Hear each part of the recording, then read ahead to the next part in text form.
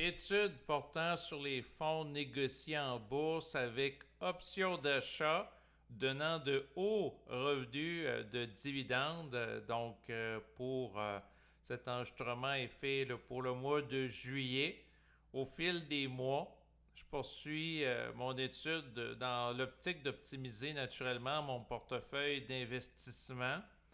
Et ce qui est intéressant de savoir, c'est qu'il y a beaucoup d'informations de YouTubeurs, entre autres, qui parlent de la gestion passive de portefeuille dans l'optique d'obtenir à chaque mois un revenu d'argent passif. Donc, la personne prend des placements et elle reçoit tous les mois des revenus de dividendes en fonction de certains fonds négociés en bourse. Et naturellement, la valeur des fonds négociés en bourse ainsi que des dividendes peuvent varier, peuvent fluctuer d'un mois à l'autre, tout dépendant lesquels qui est pris. Il y en a que c'est plus stable que d'autres, d'où l'importance de bien s'informer.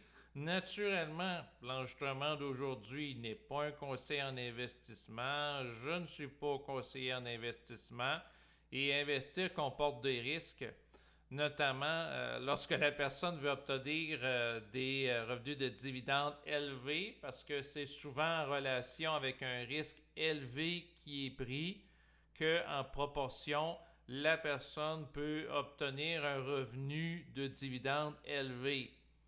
Donc ça, c'est important de bien avoir ça en tête comme information avant de procéder à toute forme d'investissement. Donc, je me suis intéressé, entre autres, dans les derniers jours, à un YouTuber qui, lui, il va s'appeler Gary Gill. Et pourquoi que je parle de lui en particulier? Bon, ben, c'est parce qu'il parle de fonds négociés en bourse en relation avec la réalité canadienne. Moi, vivant au Canada, et je transige principalement à partir de l'argent canadien. C'est pour ça que je m'intéresse en particulier aux fonds qui sont transigés en argent canadien. Et il a fait une vidéo, donc au mois d'avril dernier, que j'ai visionné naturellement, où il est question que pour un portefeuille de 100 000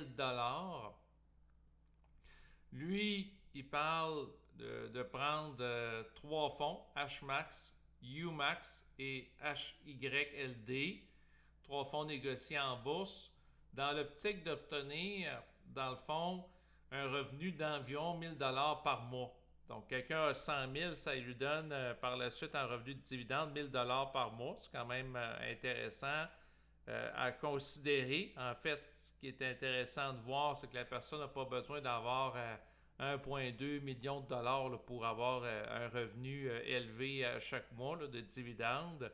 Aujourd'hui, avec la technologie qui s'est développée, les différents produits, il y a des opportunités que les gens d'autrefois n'avaient pas, naturellement. Et ce qui est intéressant par rapport à lui, c'est de le voir cheminer avec le temps. Donc, il a fait cette vidéo le 2 avril dernier. Par la suite, il y a environ un mois, il a interviewé Adrian, donc de la chaîne YouTube Passive Income Investing, que j'ai souvent parlé sur ma chaîne YouTube parce que, à mon avis, Adrian, au fil des mois et des années, a développé un portfolio de gestion extrêmement intéressant à considérer là, pour obtenir des revenus passifs à tous les mois, qui est très performant. Il a raffiné ça au fil du temps, il a enlevé certains fonds négociés en bourse, il en a rajouté d'autres. Donc, lui, il parle dans la vidéo, dans le cadre de l'entrevue avec Gary Gill, de son approche, c'est quoi les fonds qu'il a pris, il donne des informations détaillées là, et la raison pourquoi il a pris certains fonds, là, il ne les prend pas par hasard. Et par la suite, qu'est-ce qui est arrivé avec Gary Gill? Ben, toujours avec le même 100 000 il a changé les fonds négociés en bourse qu'il a pris et naturellement, il a augmenté ses revenus. Donc, les fonds que j'avais abordés tantôt, il a conservé parmi eux un seul des trois fonds qui étaient là. C'est-à-dire qu'il a conservé UMAX, mais HMAX l'a remplacé par HHIS et MST. Donc, quand que je dis J'ai dit MST, mais c'est MSTE pour être plus précis. Donc, il a changé deux des trois fonds qu'il y avait, mais ça fait une grosse différence parce qu'il est passé de 1000$ par mois de revenus passifs à 1985, donc il est quasiment rendu à 2000$ par mois de revenus passifs, tout simplement en ajoutant deux fonds négociés en bourse que prend Adrian, dont il a été question dans cette entrevue. Donc, dans l'optique d'optimiser du rendement, je pense que Adrian il peut être intéressant à considérer. En fait, c'est sûr que ce qui donne présentement de la performance par rapport aux différents fonds négociés en bourse qui se transigent présentement en dollars canadiens, c'est vraiment, puis lui aussi il a pris ça là, c'est MSTE de MicroStratégie, en fait qui se rapporte à l'entreprise MicroStratégie. Donc, MSTE, que Adrian a parlé abondamment là, sur sa chaîne YouTube, et qu'il évalue par rapport à MSTE que ça va lui donner 48,92%, donc quasiment 50% de rendement sur un an. Ce qui veut dire que si quelqu'un prend 50 000$, ça va lui donner 25 000$ de dividendes de revenus passifs. Donc, c'est quand même intéressant à considérer.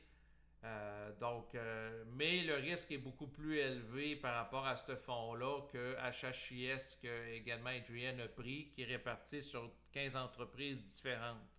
Le risque avec MSTE, naturellement, vu que ça se rapporte à MicroStratégie, qui est une entreprise qui achète massivement du Bitcoin, c'est le cours du Bitcoin. Donc, s'il est à la hausse, s'il est à la baisse, ça a une incidence parce qu'il y a un effet de levier de 25% en fait qui est pris par rapport à la valeur de l'action de MicroStratégie. Donc, ça va affecter la valeur du fonds négocié en bourse avec option d'achat de MSTE et donc aussi les revenus de dividendes. Mais en tout cas, ce que je voulais dire aujourd'hui, c'est que je trouvais ça intéressant de voir que, il y a une autre personne qui, à quelque part, indirectement, à travers son changement de portefeuille, confirme la pertinence de la stratégie d'investissement passif d'Adrian. Que je fais l'étude depuis plusieurs semaines. En fait, pour ce qui est, parce que, Gary Gill, il a pris entre autres dans sa stratégie qu'il a conservé. Il a conservé UMAX. Donc, j'ai été voir pourquoi il l'a conservé au fil du temps. En fait, je me posais la question pourquoi. J'ai analysé un petit peu la fiche. Bon, UMAX, c'est quand même intéressant comme entreprise. Mais on parle d'un rendement de 14,44. C'est sûr qu'on est très loin de MSTE qui donne quasiment 50% de rendement annuel. Par contre, c'est plus sécuritaire naturellement. C'est sûr que comme Adrian, MSTE, si vous analysez son portefeuille, c'est sûr que quand on la regarde, la position est élevée. Il est à 120 000$, qui lui donne un revenu quasiment de 5 000$ par mois de dividendes. Sauf qu'il faut le contextualiser. C'est sûr que s'il y a un portefeuille d'à peu près 1,6 million de dollars, ça ne représente pas une position majeure. Comme il va mettre plus d'argent dans son cas, Adrian, entre autres HHIS, il y en a pour 517 000$. Mais c'est sûr qu'en effet, MSTE est risqué, mais il donne plus de rendement. C'est sûr que dans mon portefeuille, c'est pas ma position principale non plus, à cause de la très grande volatilité associée à ce titre, entre autres. Pour ce qui est de la situation présente, je me suis dit tant qu'à faire une vidéo, on va quand même en profiter pour commenter un petit peu l'actualité concernant le Bitcoin. En fait, concernant le Bitcoin, le CAM plat, par rapport à la valeur du Bitcoin. Donc, vous voyez, depuis le dernier mois, il y a eu peut-être une hausse de 2,74%, donc c'est assez stagnant. Mais je demeure patient parce qu'en plus de m'intéresser en investissement passif dans l'optique d'aller chercher des revenus élevés à chaque mois, je m'intéresse aussi à l'investissement de crypto-monnaies. dans l'optique qu'il y a des crypto-monnaies comme le Bitcoin, Solana, Ethereum qui superforment donc les fonds indiciels se rapportant au marché financier que sont le Nasdaq 100 et le SP 500, chose qui peut être envisageable. Par contre, qu'est-ce qui arrive pour un actif aussi risqué que le Bitcoin? Ben, c'est que présentement, il fait du surplace depuis environ un mois. Mais en lien avec ça, ce qu'il faut voir, c'est que la minute où Jerome Powell, qui est le responsable de la Federal Reserve aux États-Unis, va baisser le taux d'intérêt. Probablement, ce qui va arriver, c'est que le Bitcoin va monter en flèche. Pourquoi?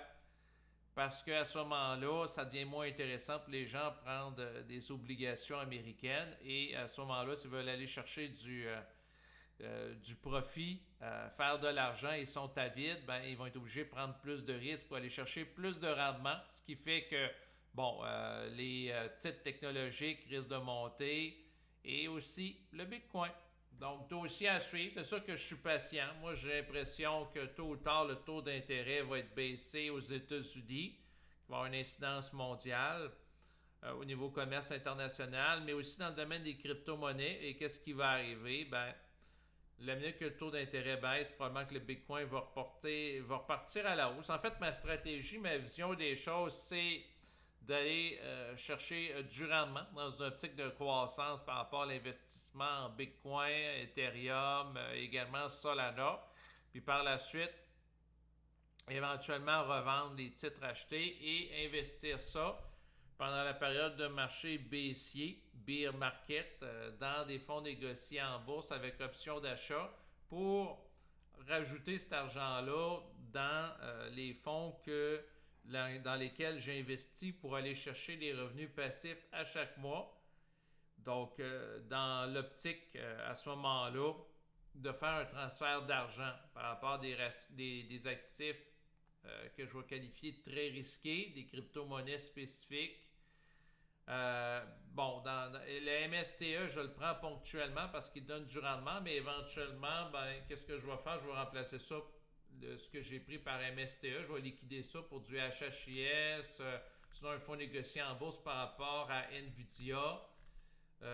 Puis également là, Palantir qui donnent des hauts rendements puis qui sont associés au narratif actuel de l'intelligence artificielle que j'ai l'impression qu'il va durer pendant un certain nombre d'années encore compte tenu des développements rapides s'y rapportant, ce qui amène l'enthousiasme des investisseurs dans l'optique d'investir par rapport à ce type de titre et en fait croître la valeur et aussi naturellement les revenus passifs qu'on peut chercher en lien là, par rapport à eux dans l'optique qu'ils soient volatiles, qui fluctuent dans le temps, qu'ils ne soient pas stagnants. Donc, c'est ce que j'avais à dire pour l'enregistrement présent. Je vous remercie de votre écoute et je vous dis à bientôt. Au revoir.